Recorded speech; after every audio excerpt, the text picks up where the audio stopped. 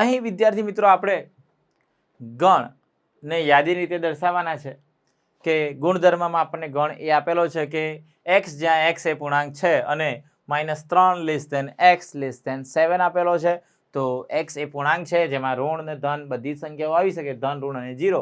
પરંતુ x કેવા લેવાના તો કે -3 અને 7 ની વચ્ચે, જેને યાદીની રીતે દર્શાવવા હોય તો આપણે જાણીએ છીએ કે -3 થી 7 ની વચ્ચે પૂર્ણાંક સંખ્યાઓ કઈ હોય તો -2 જે -3 કરતા મોટી છે, 7 કરતા નાની છે.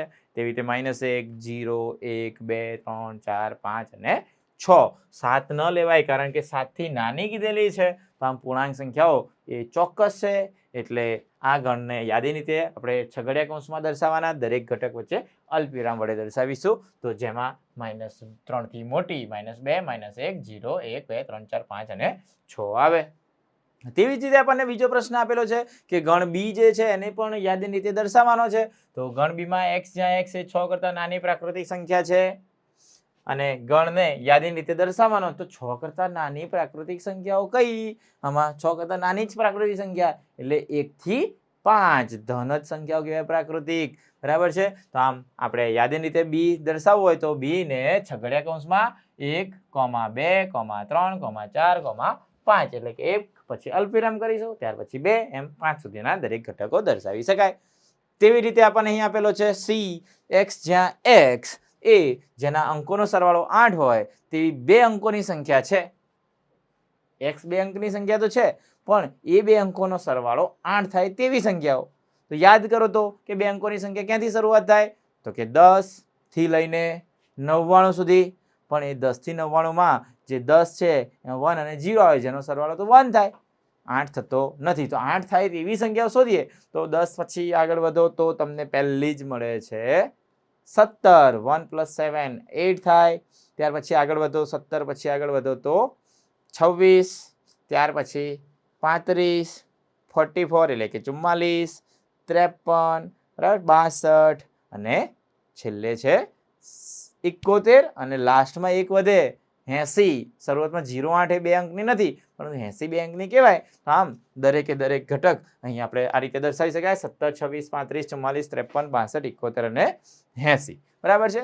નેક્સ્ટ પ્રશ્ન છે કે ડી એ x જ્યાં x એ 60 નો ધન અવયવ હોય અને તેવી અવિભાજ્ય સંખ્યા છે. તો અવયવ કાઢવાના ને એમાં ધન સંખ્યાઓ ધન જ અવયવ લેવાના છે અને એમાં અવિભાજ્ય કોણ છે શોધવાનું. તો 60 ના અવયવો વિદ્યાર્થી મિત્રો યાદ કરો તો 1 2 3 4 5 6 10 12 15 20 30 અને 60. પરંતુ તેમાં અવિભાજ્ય કીધેલા છે તો અવિભાજ્ય તો આ 2 3 અને 5.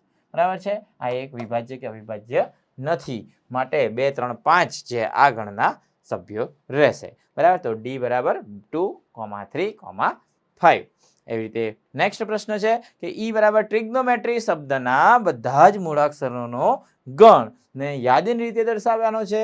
તો ટ્રિગ્નોમેટ્રીમાં એક એક લેટર લેવાનો પરંતુ પુનરાવર્તન કરવાનું નહીં. બરાબર છે. તો એક ટી એક જ વાર ટી લઈશું, બીજી વાર લેવાનો નહીં. આર છે એક વાર લઈએ, બીજી વાર લેવાનો નહીં. આઈ એક વાર છે, જી એક વાર છે, ઓ એક વાર લેવાનો, બીજી વાર નહીં લેવાનો. એન એક વાર આવ્યો, એમ પણ એક વાર, ઈ એક વાર અને વાય એક વાર. તો T R I G O N M E અને વાય. તો આટલા લેટરો જેને છગડીયા કૌંસમાં અલ્પવિરામ દ્વારા દર્શાવવામાં આવે છે. તો આ જે છે યાદીની રીત. અને લાસ્ટ જે છે યાદીની રીતે ફેરવવાનો છે કે એફ બરાબર બેટર શબ્દના મૂળાક્ષરોનો ગણ. તો આમાંથી દરેક એક એક વખત લેટર લઈ લેવાનો. બી ઈ ટી આર. બરાબર છે. બી ઈ ટી બીજી વાર નહીં લેવાનો, ઈ બીજી વાર નહીં લેવાનો, આર બાકી હતો તો બી ઈ ટી આર. ક્લિયર છે. તો આ રીતે આપણે અને યાદીની રીતે દર્શાવી શકાય.